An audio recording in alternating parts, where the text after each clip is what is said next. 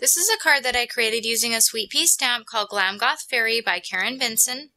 I've cut out all of these fairies from Graphic 45's Once Upon a Springtime, and I've added stardust stickles to the flowers and to her wings. And in the tutorial following, I will show you the technique used to create the frame and the three-dimensional look of the fairy.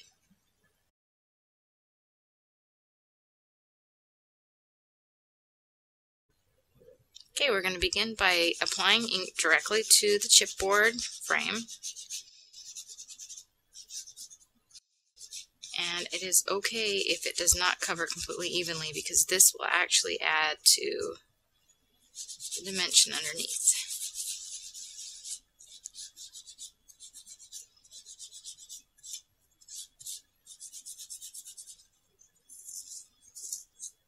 Maybe I'll put a little more ink up here.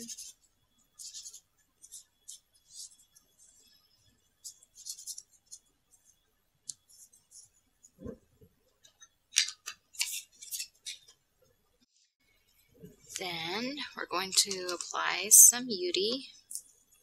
This is Distress ink, so it should still be wet.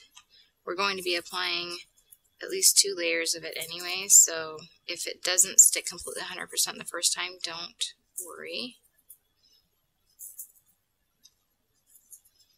Have it all covered up here. Shake it up.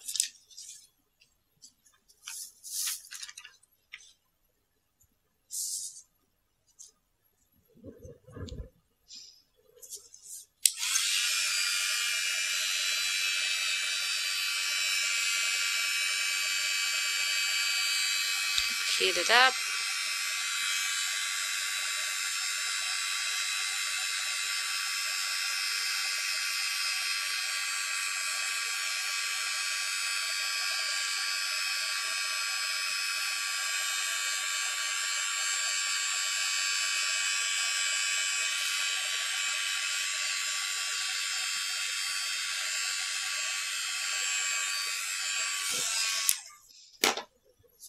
We'll apply some embossing ink so that our second layer will stick well. You want to make sure that you apply enough that this becomes very glassy.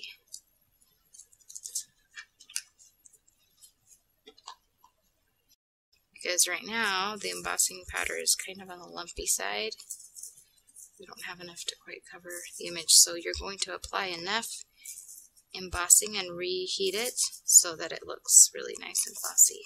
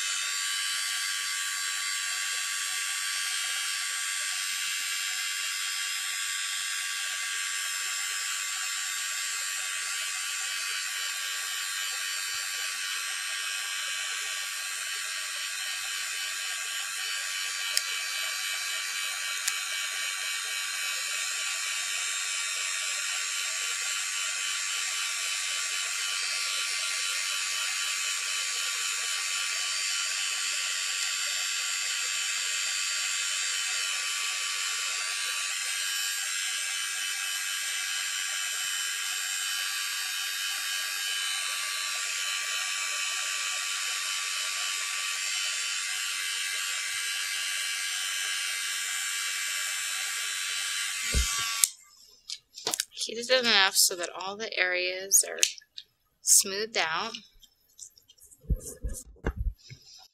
And then I have some nail polish. This color is very, it's very light. It looks dark in the bottle, but you can kind of see how it just has a little bit of a shimmer to it. You could really use any color. what you're going to do is you're just going to glaze, and make sure when you start glazing that you clean your brush off well, because we don't want this to be a really thick globby layer. We want this to be very light and go back and forth different directions, because we're kind of just glazing this over the top. We want it to look not so much painted, but accented. So I hope you can see that. When this is done in natural light, it looks very layered with the colors. You can kind of see the dark underneath from the brown of the ink, and then that glaze. And so then this is just kind of suspended over the top of it. I kind of went kind of an X pattern back and forth over it.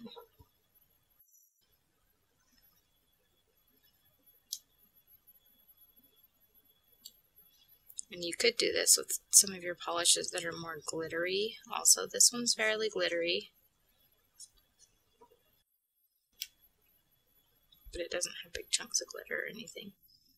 It's kind of shimmery and kind of light. So you don't want it to really look like it's painted particularly.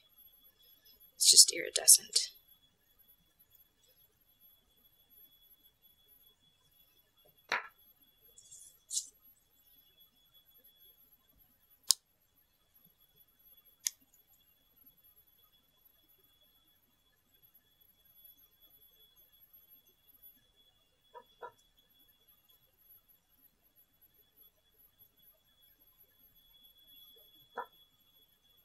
I'm just cleaning off my brush really well each time, just so that it doesn't pick up too much polish, so it doesn't get too thick. See how that kind of ages it a little bit too, even though it's adding shimmer.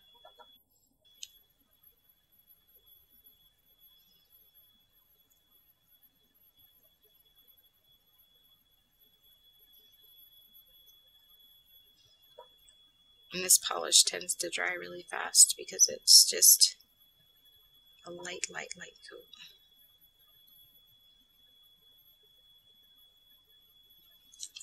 And there you can see what it looks like.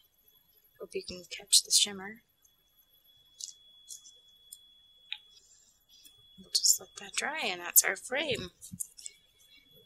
And then I'm going to be taking the fairy and adding some micro beads to her. I have 2 pieces of the fairy. I've cut out the front portion, that would be just her arm and her wings and her head with a little bit of her bangs on the sides, and her wings are all shimmered up with stickles. And then here I've cut out some leaves from Graphic 45 and layered them up for her bodice part. And you can see when she lays on top here that when we glue it together, she will have, the wings will be a lot more dimensional. You can see how that would work.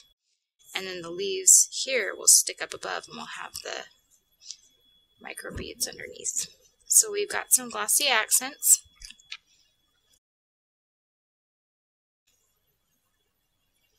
Just squeeze them on there. Sometimes I squeeze it in the middle, and then I just work it over to the edges so that I don't get too much. And I can go all the way to the edge. Have a little bit more control that way.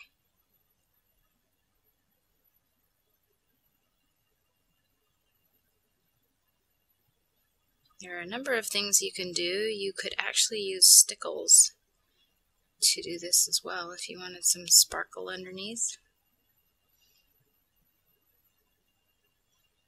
We're just adding it everywhere we want the beads to go. Make sure I have enough here.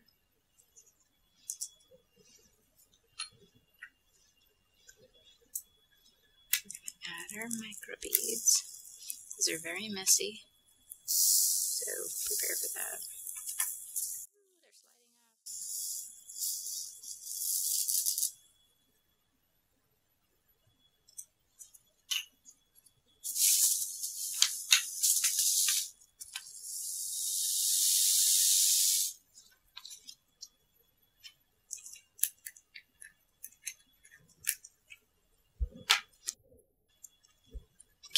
Now with this, I tend to manipulate it a little bit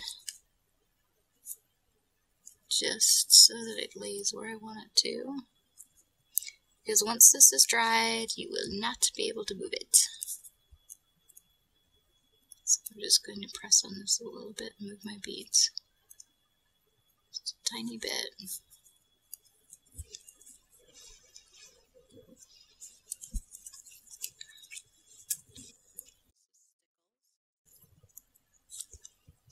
Add just a little bit of stickles.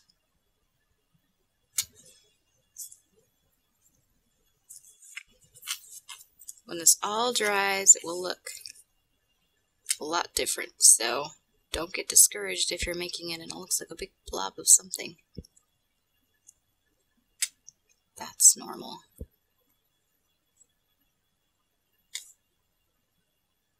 I'm just kind of lightly filling in here and there, and I would advise not to put too much of the stickles on or you're going to lose your texture, because it will smooth everything out, and we don't really want it smoothed out. We want that texture look, because this stamp actually has a lot of little bubbles underneath there.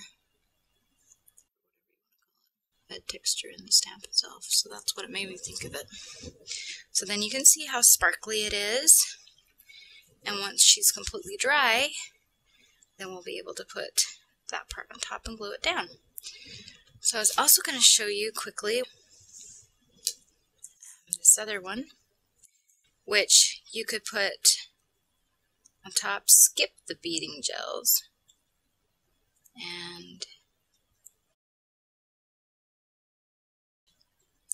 that's just black embroidery floss that's been stitched right there, and you could make that her party dress, maybe put some sparkles on over the top, and she could be like that. So that's another idea. So you should go get out your supplies and play around a little bit and have fun with it. Thanks for watching.